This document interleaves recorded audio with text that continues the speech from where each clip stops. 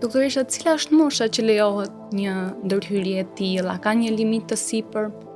Atëherë, mosha dysheme apo mosha nga ku mund të fillohet kjo si ndërhyrje është 17 vjeç për femrat, 18 vjeç për meshkujt. Kjo është një moshë që neve mendojmë se rritja apo ndryshimet anatomike të hundës kanë përfunduar, kështu që nuk presim më të shohim ndryshime në hund. Por ndonjëherë mund të kemi pacientë të cilët mezi presin ta kryejnë këtë ndërhyrje. Pra, pa bërë akoma vajzat 17 vjeç kërkojnë të bëjnë rimodelimin e hundës.